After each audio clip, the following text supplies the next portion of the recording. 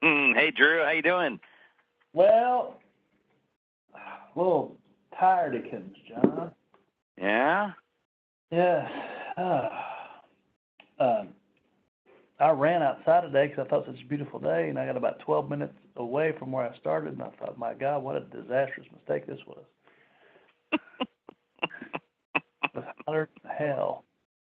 It was bad. It was about as bad. I ran in the Bahamas on spring break. It was about that bad. Wow. How you been doing? I've been rocking and rolling, man. I see we got some characters on. Houston is number 4, looks like. That's pretty cool. Awesome. Well, should we jump in, man? We're right at the top of the hour. You ready? Oh, yeah, I'm ready. I'm locked and loaded. All right, let's go forward. Welcome, everyone, to our this month's D2 Investment Guru webinar. As always, it's your host, D2 radio host, John Randall, Certified Master Coach. We have, of course, every time our D2 Investment Guru, Mr. Drew Watson. And, it was great to have this the day after tax day. We're going to focus on taxes, how to really work with clients in their return and their CPA, how to identify opportunities. But before we get there, we'll just do an update on what the heck's going on in the world. So always exciting times, Drew, in the investment world. So, hey, what's the latest? What's going on with the markets and the economy? What's new? Well, John, I'll tell you, we've had a little bit of a come apart from the Trump rally. Sorry, I was just getting my gin and tonic for the day. Getting some refreshment. And we're probably down, I don't know, 600, 700 points off the highs from last month. And in looking at it, you got a combination of just, earnings. And I think a little bit of the luster is wearing off of the euphoria that everything in the world is possible and everything's going to be accomplished in 2 or 3 weeks, and we're going to be in great shape. So, in other words, reality is setting in. We've had a party.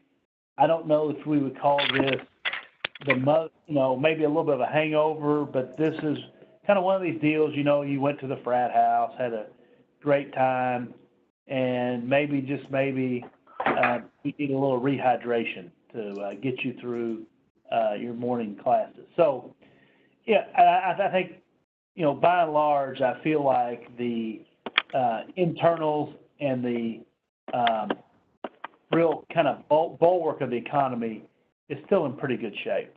I'm getting a lot of questions and concerns about people about kind of what's going on with the president, with the Koreans, with the Russians, blah, blah, blah, blah, blah.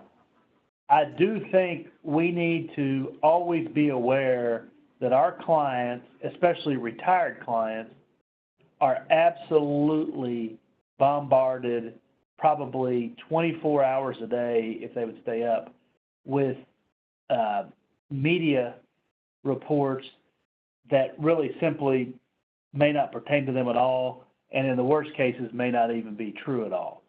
So we need to keep that in mind as we approach things with people and be patient with them. Obviously let them kind of voice their concerns, but generally speaking, kind of put things in perspective. I think one, and probably a lot of people on the call have had this, is let's talk about healthcare. Healthcare dominated the news outlets for the better part of 2 months. We got nothing done with healthcare. And in our portfolios, most of our healthcare stocks are pretty positive for the year, up somewhere between 2 and 9%. Healthcare as a sector has done very well this year also. So, excuse me, I use that as an example of what we discuss with our clients to say, look, don't necessarily shut your TV off, but just everything that you hear or read online, take with a very large grain of salt, that things may not be as bad as you anticipate. One of the items that I had up, here was a recession indicator. And specifically speaking, since World War II, BCA's done a great chart. Each one of these gray bars here has basically is a recession, and this blue line is the difference between the 3-month Treasury bill and 10-year Treasury note yield. Every time we've had a convergence between the two, or it goes negative with a 3-month paying more than the 10-year, it's signaled a recession. Absolutely signaled a recession. We talked about this in Miami, and if anybody wants a slide, just email Jacqueline1. We'll get you the slide, because I think it's important to know. And if you look over here to the right where we are today, that spreads down to about 140, so it's down here, so it's definitely narrowing. On your Thompson, if you want to watch this yourself, we have this set up. The TNXUT is the 10-year yield. It's at 220. The US.03M is the 3-month yield. It's at 0.79. So we are definitely getting a convergence there. The article that I pulled that chart from basically says, don't worry about this till next year, but obviously things are in the works, and so we're able to show the clients, one, we hear what you're saying, we're on top of it, we have a way to monitor this. Because I would agree with the presenter from Oppenheimer, who was there in Miami with us, not all, but most recessions are caused by the Federal Reserve raising short-term rates too quickly. And so basically this recession indicator that we showed here, that's what that indicates, without a doubt. And then by showing clients what we watch, I think, John, we're able to, really kind of put a finger on how we can protect them longer term with this. Other items that kind of, has come up of, financials year to date have had a pretty decent sell-off, which, that should be expected, to tell you the truth, John, after the run-up they had post-election. Energy's had a correction year to date. It's off the bottom. There was a really good BCA report I read this week. We got out of their energy department. It's interesting. I think when most people talk energy, we think OPEC, we think the U.S., we think Russia. And there is a whole other, what they call the other guys, rest of the world production, which accounts for about 40 to 48 million barrels a day, which is roughly a little bit less than half of global production. And conditions there are getting worse. So that production is going to kind of fall off, and I think their indication was oil prices with a little bit less supply would probably drift up as the year goes on. So that's an interesting, piece of information there as well. With rates coming down, especially longer-term rates coming down, as we referenced again on this 10-year, I think we were at 265 at the highs, and obviously yesterday we were at under 218. Bonds have kind of come back. Here, the main bond horse we use is the taxable muni. You look at the chart. Definitely off the lows. You look at the Lehman aggregate. It's done pretty well too. So interest rates have done okay. So John, the real quandary is then who's right? Is the bond market correct or is the stock market correct? So the bond market with rates going down is signaling a little bit weaker economy. Stock market performance, especially in the growth side of things, this is the VGT, tech index. It's kind of near its high. Is signaling something else. So historically, the bond market's usually right. So we'll see if we get a continued little bit of a come apart here on stocks and see if it's the bond market or the stock market that's correct this time as well. But I think the big thing that I'm focused on, John, here on our end is what's going to go on with taxes and what are we going to get. The really compelling play, I think, is banks, especially community banks. They're definitely off their highs. J.P. Morgan, Citigroup, pretty much every normal bank has had pretty good earnings. I'm not saying buy J.P. Morgan, but for example's sake, you look at a forward PE at 12.5 down here, guys. S&P's at what, 17.5, Chad, 18. Interest rates. So let's play the game of a 30-year or 15-year mortgage. Around election time, which is where interest rates are now, you get a 30-year for around 3%. Now it's 3 3/4. Even though rates are identically the same, deposit rates have not moved a bit. Let's see if I printed up anything else. I've got lots of materials here, but not what I need right at my fingertips. So spreads at the banks have widened. I think if you believe we're going to have any tax deal done at all, corporate taxes will be part of that. Most all banks pay full bore 35% tax rate. And then if you also think there'll probably be a little bit, maybe not even everything, but a little bit of the repeal back on financial regulations, I think banks, that's all an attractive place for banks. The other side of this is the PPA, which is the Defense and Aerospace Index. It's off its highs as well, but still at a pretty levitated deal. Trump's talking about spending $58 billion more. That's great. It's a lot of money. But look what's going on in the world. Do you think the South Koreans are going to spend less? Do you think the Japanese are going to spend less? My guess is anybody in the Asian region will be spending more money on defense in the next 2 to 5 years than they have at any time since the fall of Singapore in World War II. So I think you'll see global defense spending hit all kinds of record highs here in the next 2 to 3 years.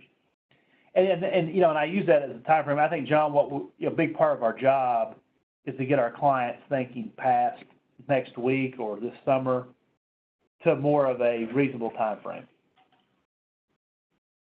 And I think most of them can kind of think through, it's probably true. So we'll see what happens. So we like financials, we like defense. Bonds have hung in there. And I tell people we will probably, by this time next year, sooner if we need to, be migrating to a little bit more of a risk-averse position than a risk-taking position. But I think it's okay to take risk between now and end of the year. So as always, you can type questions in the chat box at the bottom right. Drew, we kind of transition into the taxes here. You mentioned that's going to be a big item. What do you see happening in the tax arena? You mentioned earlier in the year some things that you were hearing about going to 3 different brackets. What's the latest, and what's some of the big changes advisors should be aware of or get ready for when it comes to taxes? Well, I think, one, if they do simplify the tax code, it's not going to put us out of business. And I think we need to be very aware of that, John. I think Washington's idea of simplifying things is, the same idea that the Cleveland Browns do in drafting quarterbacks. Just, it doesn't work out as anticipated. The issues I would see is, number one, the revenue's got to come from somewhere. And if you have pretty affluent clients that are, say, between, I'm looking at my sheet right now. Thank you, Chad. Say between, $100,500 and $400,500, and maybe even, let's call it $100,000 to $450,000.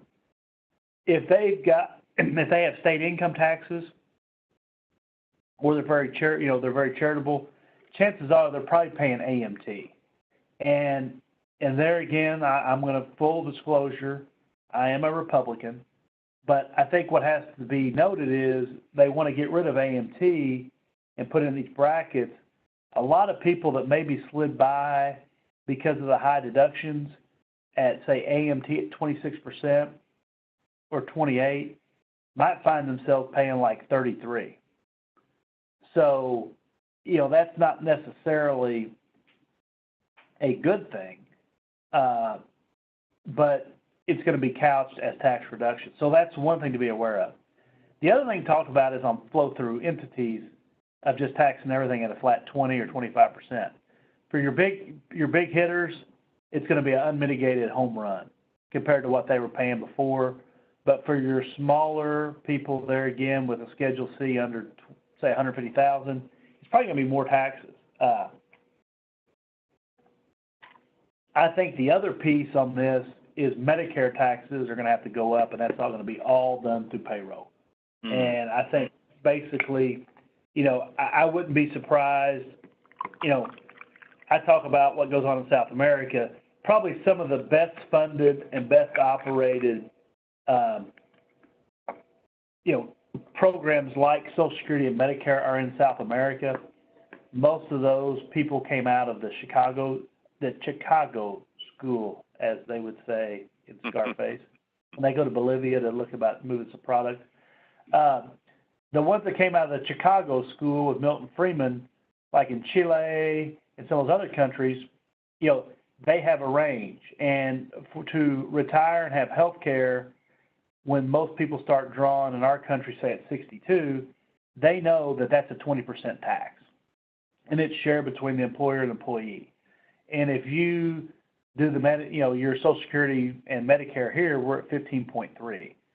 So I don't think it's a stretch to think at some point we need to probably raise the bar about 33%, which will just be a heavier burden on working people.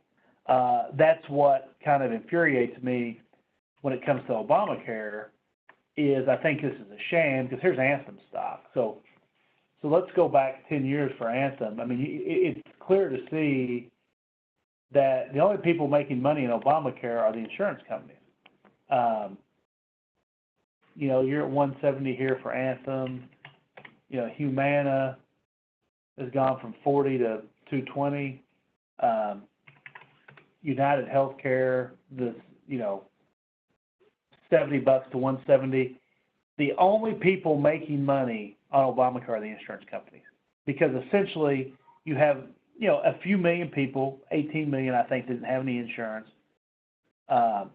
They have been put on the Obamacare program, funded through subsidies, but they can't pay. They're out of pocket. If they use the insurance, they're not able to pay for the first $3,000, $4,000, $5,000, $6,000, $7,000 of it because of their financial situation. So no one is getting any money in that case except for the insurance company, which gets the premium. Hospitals aren't getting it. The doctors aren't getting it. Drug companies aren't getting it. So I think there's a lot of political theater being done in D.C., but as the guys at BCA say, the real game here is Medicare, because Medicare affects more like about 200 and some odd million Americans. And even if you have private insurance, John, pretty much every contract negotiated with a physician or a hospital and drug company is some percentage of Medicare. If you're in a decent-sized town there in North Carolina and there's a lot of general practitioner doctors, John, they typically get 110, 120% of Medicare. That's just what their payout is from Blue Cross Blue Shield, excuse me, and the like. If you're a really good specialist, let's say, like a Steve Felton of medicine, you're going to have about 185% payout of Medicare. So generally speaking, that's the big deal. They haven't even addressed that yet. And I would say for your clients that are concerned about what's going on in Washington about healthcare, let's focus on that as that's really the big deal thing. And I think this Obamacare, we've had some politics get carried away. I had a meeting with a former card-carrying organized labor employee this morning, and he lamented to me how bad things have been when Republicans become president. And, what he's discussing really is the impact of recessions. And I would say this, if people want to get political, I would say in most of these cases, it's the reaction by the Federal Reserve, not so much whoever's in power at the time,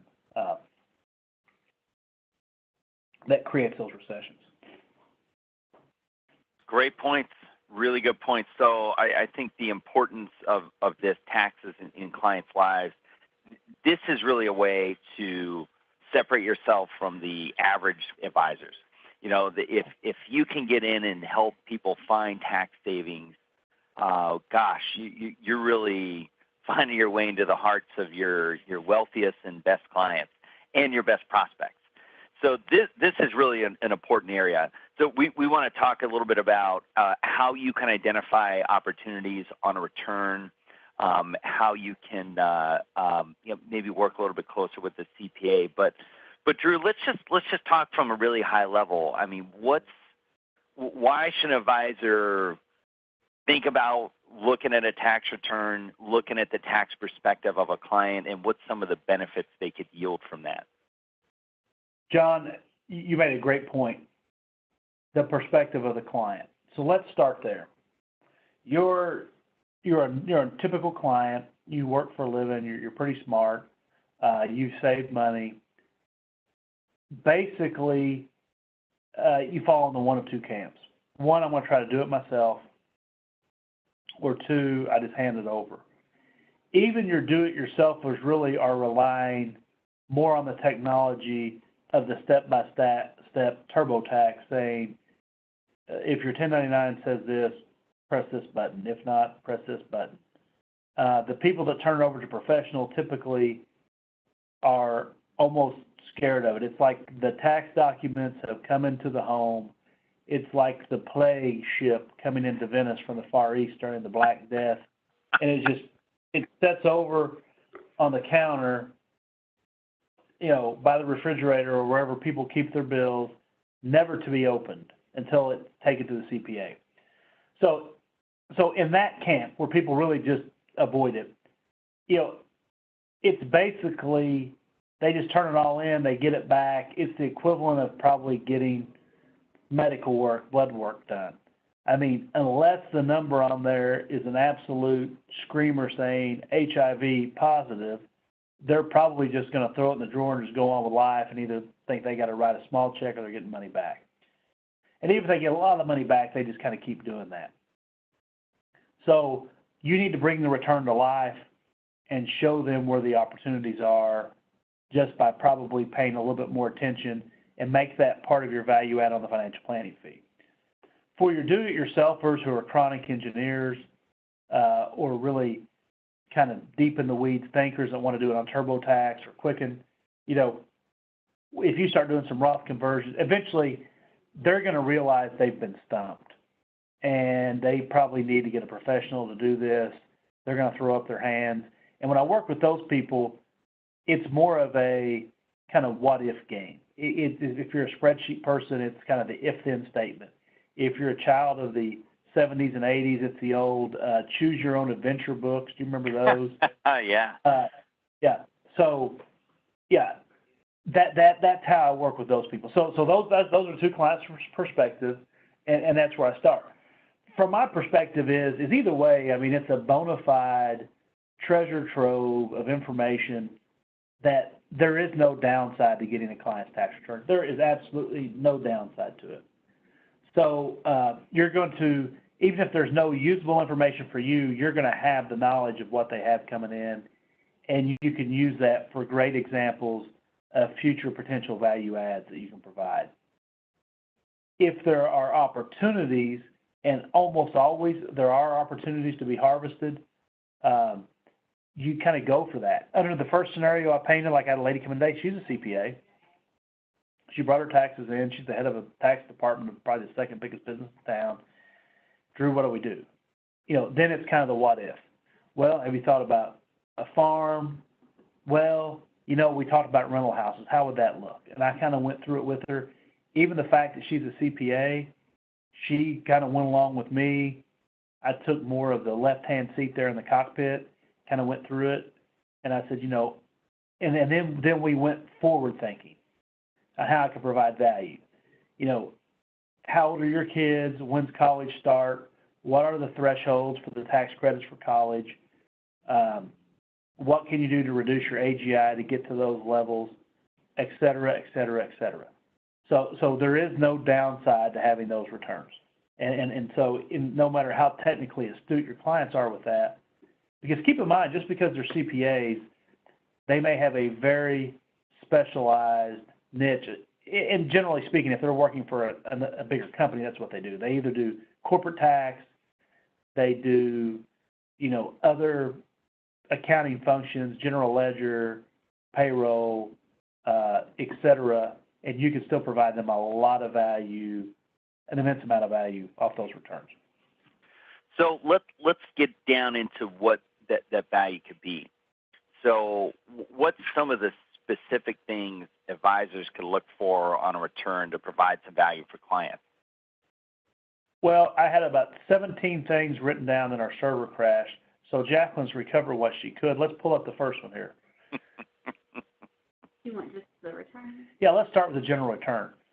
Now, full and fair disclosure, I don't even know who this is.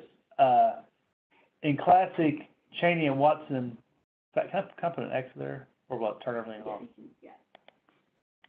I just delegated this out. So let's scroll down here, JJ, and see what we've got here. I think you can scroll down. Oh. Okay, so obviously this is somebody retired.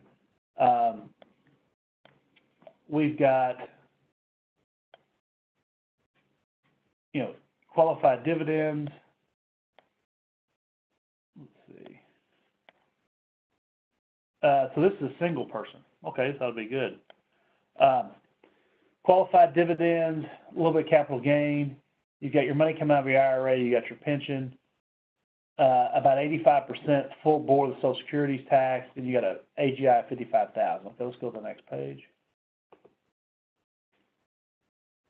Standard deduction, one exemption.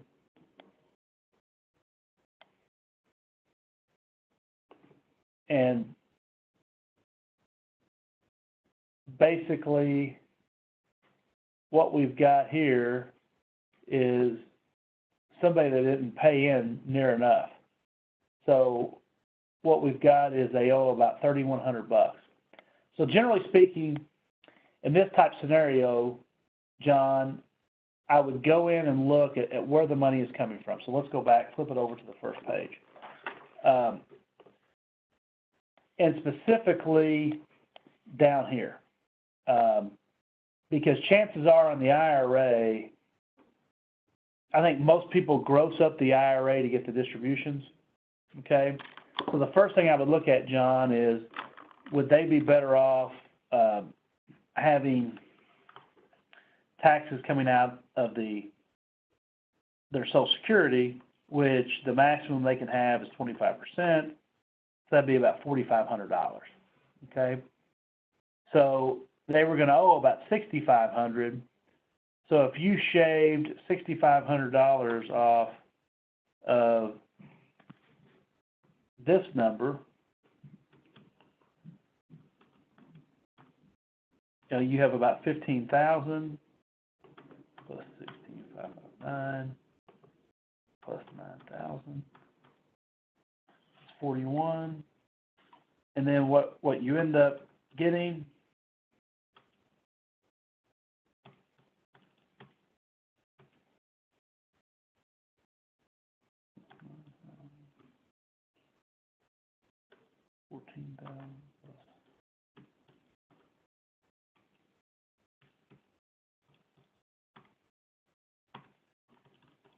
just doing a little bit of quick math here, John. What you end up with is a tax bill of roughly a little bit less than right around $5,000 as opposed to what were they, Jack? Go to the next page. $6,500. So what I would look at is where their federal taxes are being withheld from, and by maybe because basically when you reduce what's coming out of the IRA when somebody's Social Security is fully taxable, you're not only getting a dollar for dollar reduction in taxable income off the IRA, you're getting around $1.85 reduction on what's taxable in the Social Security. So that's a pretty big number. So, that's why probably 6,500 times, let's call it at least $1.50. Yeah, I mean, that's about a $1,500 tax savings at that rate. So that's what I would look at in this. So I would always look at, for somebody retired, where is their tax withholding coming from, and maybe not just grossing up the IRA distribution is not the best way to do it.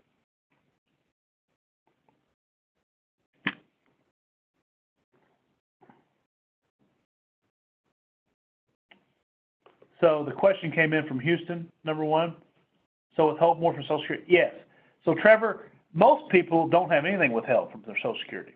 I would say the majority of people that walk in here, if they're not clients of ours, and they've got nothing withheld. So changing this around is a big deal. Even on a married filing joint, lower income return, it's easy $700 to $1,000 a year savings for them. And then we document that as part of the financial plan, and we've done it, and you've shown value right there. Looks like that's Drew in Trevor's office. Oh. Hello, Drew. What a great name you have. It means manly in Greek. Old. Okay, so let's see what else we have here on tax return. You've also got the Social Security taxation form and the capital loss carry. Yeah, let's go to that Social Security form a little bit more in detail. So basically, just right off my top of my head, I did the calculation. So in this case, basically, this would be the form that if you work with a lot of retired clients, this is the form to know. You need to know backwards and forwards how the taxation of Social Security occurs and what are the tripwires and how much more of a tax impact it has. So in this scenario, you've got,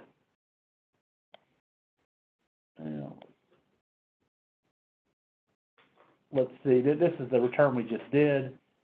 Half of Social Security is $91.50.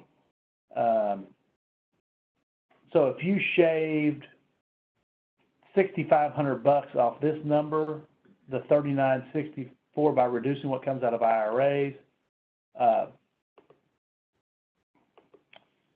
see here. That's going to drop, a considerable amount off here. And essentially what this number is going to come down to, in my example, is going to be about $14,000. So it's going to save them about $1,500 of their Social Security from being taxed. At that rate, 25%. So that's $375 of the taxable benefit savings, and then you get the other by what the kind of average tax rate is on the $6,500 you're reducing coming out of the IRA. Now, the question that comes up, John, a lot is, well, what happens if their RMD, that's all their RMD? You still get some benefit. You can look at it both ways at that point, but if it's all their RMD, then definitely for years where that qualified charitable distribution comes into play. If we went back to the page 2 of their 1040, they were standard deduction. They weren't itemizing. So if they gave, $3,000 to charity in that year, the QCD knocks that down by $3,000. You're saving $750 just off that normal return, plus that's 3,000 times basically 0.85. You're saving in that case $1,387, so almost half of what they QCD they're going to get back in tax savings. Like, to me, that's a wow moment. Are you the director of WOW at D2? I am. What would you say if I got you $1,500 back off your taxes just out of thin air? Thank you. Wow. Yeah, wow. So no matter where you are, there's always kind of ways to look at it. Now, something else in this case, go back to that page 1, and this happens. We work with a lot of super people, and I mean that, and I think everybody on the line would tell you their clients, they would go to the MAP form. In this case, this is a retired person, could be a grandparent. We have, John, how many clients do you think that are grandparents help out grandchildren? Tons and tons. Tons, yeah. A lot of times the grandkids' parents are what they call, in a technical term, deadbeats. Other times just can't help it, but we all have grandparents who basically are supporting. They're not just helping out. That's a nice way to say, hey, my son or daughter hasn't been living up to their end of the bargain of being a good parent. I'm raising my granddaughter. I think it's fair to say that's in every practice. Work with them because those kids grow up, they want to go to college. Don't forget about the tax credits for even your retired grandparent clients that are helping their grandkids. Because in that case, you're talking about, if this person was helping, and they had an American Opportunity Credit, you're knocking basically $2,500 off your tax bill. That's some real money. That basically they'd end up maybe just having to write a check for $800. The other area, obviously, this person has some non-qualified money. When it's really close and grossing up the IRA or taking taxes out of Social Security doesn't work, look at just the old-fashioned, hey, we're going to write a check once a year or quarterly out of your after-tax account. That could be a very, very big help there. And with this person being right on the line, you'd want to see what else you could do to reduce their income, because you drop that. If they dropped about another $1,000 off taxable income, all of a sudden that $538 becomes zero, not taxable at all. So there again, Shazam, you saved them another $81. Wow. Yeah. So this is chock full of good information, and Rusty didn't even tell me. I don't know who this is, so it may not be a client of mine, but just looking at it. So let's go. What do we have after the Social Security page? Capital reserve. Yeah, capital loss carry forward. So obviously this person doesn't have one. Scroll on. Oh, there again, it's me. Sleep at the wheel. So basically, be very, very, very cognizant of how much of a capital loss carry forward they have. They can't take it with them to the grave. It's got to be used before the client passes away. The old-fashioned, easiest way, if someone's got a ton of these, John, covered calls, it ends up, you can go through the calculations, it's kind of complicated, but you end up burning all that up in a systematic way, take gains where possible, because a lot of people just aren't even aware that this is available, and you might as well use it and take profits. Every time, look at this.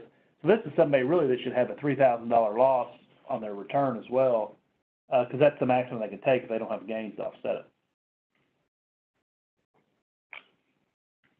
Okay, Drew in Houston. Is there a cheat sheet on this? I'd like to learn more. Well, you really kind of, that Social Security form, so just email Jacqueline 2 if you want to know how to work that, and then I just use the, whoever your wholesaler is can provide you these forms that show how much is taxable for single or married filing jointly on Social Security. And just be very familiar. I mean, this is one of these things, it's like being a better golfer, Drew. I mean, there's no substitute for just practice. And, instead of going to the driving range, just kind of work through this probably, 1, 2, 3, half a dozen times. You'll be very familiar with it and learn how to use it and be able to basically show people value right on the spot once you're proficient with it. Yeah, I think this is an area that advisors, they're not sure how to help people. They're not sure of how to read the return, how to pick things out. I think just find one thing at a time. Find one item to help clients with and do it 10, 20, 30 times. Do it a bunch of times. You'll get really good at that. Find one more thing. So the Social Security is a great one. Loss carry forwards, they're out there. There's got to be a chunk of them in your book. This is a great one, taking this to a marketing aspect. If you're talking with CPAs now that they're out of the busy season, someone takes some vacation, but if you're talking with them, what a great opportunity that there's people out there that they're helping that have lost carry forwards that they can't take to the grave with them. There's lots of ways you can offset that. So just try and find one thing and help some clients with it, help some prospects with it, add on. You can see Drew's been doing many, many years of this, so his arsenal of things he can help with is pretty big. But if you're out there saying, I don't know this stuff, I can't do this, just pick one thing that Drew's talking about and just do it with some clients. Like Drew said, you'll get really good at it. You'll be able to you'll be able to do it over and over once you get these under your belt. What are some other layup ones that you see, Drew, that advisors could kind of add to their arsenal of tax saving ideas? Well, one on that qualified dividend line that was on that front page of the 1040 form, flip over to the Schedule D and just see where that's coming from. That may be money that's not in your book of business. That could be. And you'll say, everything's with you. I said, well, then how'd you have this account at a place called Vanguard, John? So find out, you can see where is the money coming from. On more complicated returns, you're going to be able to kind of fish through things and identify, maybe where the money is coming from as far as an income standpoint. When you get a Schedule C, really what you've got is an absolute gold mine. I had a lady come in, referral, yesterday. Just kind of, just got talking. Well, yeah, I do have a little bit of a Schedule C, $4,500. She was kind of captive in her retirement plan, couldn't max it out at where she was. So we could put in a single case. She could basically defer 100% of her income. That's a no-brainer. It's going to save her on a consistent basis around $1,500 a year in taxes. She's saving the money anyway. She can't max out her 401k. And I said, well, let's talk about this. Well, what other opportunities do you want? It gives you, the more you can navigate around those types of topics on a tax return, there's going to be less fights about, well, why did you charge me this fee? Well, I'm providing you advice. Well, what kind of advice you provide me? Well, you remember I told you we should set this retirement plan up on your Schedule C and how to develop your business and maybe go to an S. Oh, yeah. And, John, you coach a lot of clients or coach a lot of advisors. I'm sure there's advisors like that. Well, John, what'd you do for me lately? Well, I helped you, incorporate, double your business, take you to be, a top advisor. Oh, yeah, I forgot about that. So it's not just our clients that do that. We do that to our own coaches too. But this is a very good touchstone, John, to be able to remind them of the value that you can provide. So yeah, it's a great one, and I think if you can quantify it like you did is big. You mentioned Guru Steve Felton earlier. Yeah, he does it a lot. He's finding tax savings is a big focus for him, and he goes back and reminds people. Remember, we did this a couple years ago. You saved taxes that year, the year after, this year coming up. And he quantifies that for them. So, yeah, to pay a $10,000 fee, he's saving them a lot in taxes, doing a lot of things. They said, yeah, this is worth it. I'm going to keep going. So you're right, Drew. People forget, and this is a great way to go back and remind them of the value. I think if this is a regular thing you do, especially with your top tier of people, just review their return, come up with some ideas. I think this is a really great way to provide value. So, Drew, this sometimes sets up the UFC match of advisor versus CPA, and I saw someone yesterday Yesterday was a day in my practice. I saw a lot of clients, and one of our really good clients, a couple million with us, brought in their tax return, and they're very good friends with their CPA. We have some clients with, they travel a lot, and this client is just getting ready to start collecting Social Security, and the CPA says, don't worry about withholding from Social Security. It's a real pain. Why don't you just pay some estimated taxes? So Drew, how do you work with a CPA? How do you get over that battle and that UFC fight that can kind of emerge? Well, and before we do it, if you want a way to really kind of look at articulating your value, this is a great book. It's called Value as a Service. It's written by Rob Bernstein. And it's not our business, but it's really a great thing, John, on how to do that with the dollars and cents. So CPAs usually come in a couple different garden variety flavors. You've got your real pros that know what they're doing. They're collaborative. And you know, those people you obviously want to work with. And the value you bring to the table is being able to provide them ideas that make it look like they come from the CPA and not you for the clients to use, and ideas that they can use on multiple clients, not just one. And typically in those cases, you're going to have smooth sailing, and always, and those are typical. You want your clients to, hey, get your CPA's advice on this.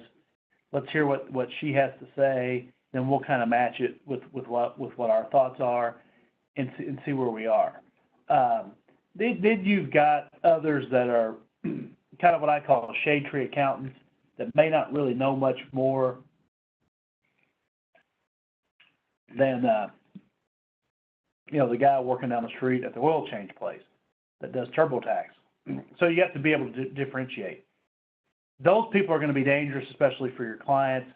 We have good clients that work with accountants that really, you hate to say it, are kind of beneath them. So what you have to do is show the client, without a shred of doubt, a preponderance of value that is totally quantifiable to kind of displace that CPA out. Because I think we've all probably dealt with clients that their CPA is a liability, not an asset. Mm-hmm. Excuse me. And it's incumbent upon us as a fiduciary really to kind of point that out. I think you'd have a difficult time proving otherwise in court. So you just need to know how good or how not good the CPAs are. I had a case yesterday morning where a guy sold a piece of property. I can tell you right now the CPA comes from a good firm. Supposedly, she totally forgot to count the impact of the capital gain on their Social Security. So that's an opportunity. And I realize that client has worked with that firm for longer than I've been on earth. So it's not going to be easy to unseat them. And I think, too, part of the thing about this business, John, is you've got to kind of know when you're in a hole to stop digging. And with CPAs, that's sometimes the case. But when people are not good at what they do, we are fiduciaries. We have to point that out to our clients. Have to.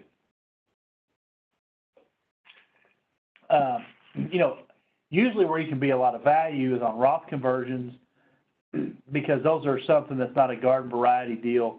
Most kind of average CPAs see a lot. Also, making sure clients are keeping up with an 8606 form. That's where it keeps track of the after-tax basis in IRAs. That can be something that gets kind of lost to the Flotsam and Jepson of the world, where people do their taxes one year and then switch around CPAs a lot. That's something where if you're wanting to mend fences or become a really good referral source of the CPA, you can help them by saying, hey, did you pick up this after-tax contribution? So yeah, there's a lot of opportunity there to kind of take the hand of potential referral sources with CPAs, but also you've got to be able to, as you say, do the UFC match and sometimes put a chokehold on one or two of them. That's nice. Yeah, any questions, go ahead and post in the chat box there. So what's some of the best collaboration that you've seen, Drew? Some of the good CPAs that are open to working with you. I mean, what can an advisor work towards here and really having a mutual thing where the CPA, the advisor, the client are sitting together working on things? What's the best case scenario? Well, John, I mean, I think with us, and then there again, let's just be brutally honest. I mean, these damn corrected 1099s are an embarrassment. Absolute, it's an embarrassment. The ones that work with you, CPAs that work with your best clients, you need to be buttering them up to do the extension in February. And I would rather, basically talk to the CPA, say, look, they've got some complex investments, they're going to have some K1s. Throw the K1 companies under the bus. Say, hey, I'll get you as much as we can, as quickly as we can. But, Mr. and Mrs. Klein are probably going to have to extend maybe till May. Do you care to talk to them about that and why? And I'll do the same. Because number one, you're going to take, for the CPA, that's a good thing. They know they're going to get it done, but they're not going to be, they hate to be rushing around at the last minute. Mm-hmm. And frankly, I'm at the point in my career, John, I'm almost wondering anybody with, probably more than $2 or $3 million, just say, look, you're going to get your taxes done in May or August. It is what it is. But that is really, I think for everybody on this call, you got somebody with a lot of money, and I mean, I'd like to see people in the chat box tell me how many clients of theirs are just absolutely mad as what because of the corrected 1099s. I mean, we got some Monday afternoon at 2 o'clock in the afternoon, they announced more corrections. I mean, so that's the 17th. Are you kidding me? So I think with your top people, it might be more so protecting the business that you have rather than, because here's the deal. If you don't have a good relationship with these CPAs, you know what the CPAs are telling your clients? Well, the guy down the street doesn't have this problem. That's exactly what these tax people will be telling your clients is Merrill Lynch doesn't have this problem. XYZ doesn't have this problem. That's the truth. And it appears that nobody else has this problem but me, Jacqueline, because no one else said in the chat box. So yeah, I mean, that's what you got to do. That would be more so with your top people is just set up a protection racket to protect that business. Now, on some of the K1s, if you know a K1 is going to be coming, you might want to get a heads up to them on exactly what it's going to be. Like we use a lot of that UUP off power shares, let them know, hey, they're going to get a K1 on this. We went out to the website, best we could tell, it's probably going to be X, Y, and Z that's on there, but every client's different. You'll know it's coming. So that, that's exactly, way I think you kind of protect yourself there.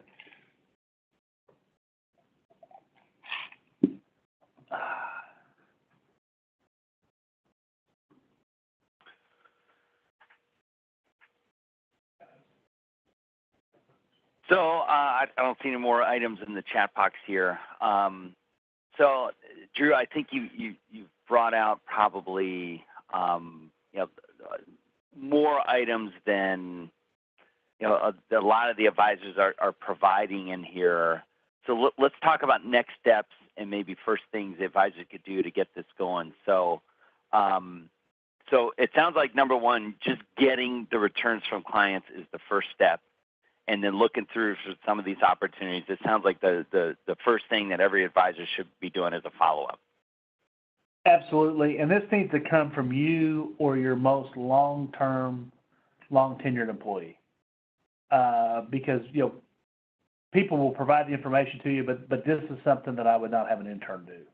I mean, if a 20-year-old college kid told me, hey, drop your taxes off at here, I might think, I'm going to call back and want to talk to me or who. So this is a job for probably either yourself or your most tenured employee that your clients know. And I would just say, hey, Trevor's got a program. We think we can save some money on taxes. But the important thing is why it's on your mind. You just had them done. Do you care to email those to us or drop them by the office, and we'll buy you a cup of coffee while the ladies scan everything in. And that's how it needs to go. But then it's on you in the next meeting to mention it and bring it up, basically, so they know that you know that you've reviewed them. So that's how I would definitely deal with it. This is something you can delegate it, but it needs to be to a very, very tenured employee to do this. So that's first steps. Then practice, as I was telling Drew on the call earlier, work on a bunch of these Social Security worksheets. Mm-hmm. In your book of business, if you've got things that you see on several returns, like maybe self-employed health care or other types of above-the-line deductions down there on the bottom of the 1040 form, page 1, bone up on all that. Become an expert, and maybe you just do a little bit of self-study and take one line of the tax 1040 form home every night and read about it. But the Social Security stuff will be a no-brainer. People can withhold 7, 10, 15, or 25%. If they're savvy, they can go online and get that done. They don't have to go to the Social Security office. So those would be the kind of what I would call follow-up and first steps, first touches coming off this. These are great. I think this is a easy thing to implement. This is not very hard. And gosh, what a great contact to maybe give a client a call and share some of the great things you found. Hey, I found some tax savings for you. If you did some things differently, you might benefit. What a great call to make. It may even be worth yielding a meeting topic. I know a lot of advisors out there are always struggle for, hey, how can I bring something new or different to a client meeting? This would be a great one. This could be an easy go-to one to get these things yourself or a long-tenured team member that the client knows. Start looking for some of these opportunities and go for it. Of course, you can keep going deeper on this. If you remember back around this time last year, we did a webinar with Beth Deal, who pointed out even more opportunities that you could go back and check out. But I think this is certainly a webinar to go back and listen to again. It was great to have on the screen the actual returns that Drew took us through. So go back and watch. Let's have some of those things ready for you to implement. I think that making sure that you've got some additional ways for you to bring value around taxes. This is a great way to build a moat around your clients, create more value, quantify your value, as Steve Felton does. And gosh, more importantly, I think this could even be a big deal for your prospects. Could be the tipping point to bring them in. So as we close down here, Drew, I know we'll see a lot of you next month at the off-year Ameriprise National Conference. But any final thoughts, Drew, on taxes or any other things advisors should be ready for? Well, John, you hit it on the head. Prospects. There's nobody else in our business that does this. Mm-hmm. And you want to separate yourself really quickly from the competition. You have them bring them in and show them that value. Show them how you can navigate the tax return and help them, and you'll have a slam dunk. Everybody in Nashville, there's they call it the Music City. Go to a couple of honky tonks, get you a little bourbon and branch water, and a couple of aspirin. You'll be great the next day. Great. Well, looking forward to seeing a lot of you in your upcoming coaching calls. A lot of you out in Nashville. So everyone stay bullish, and let's go out and double your GDC and make a difference for your clients. Thank you all for being on today. Take care. Thank you.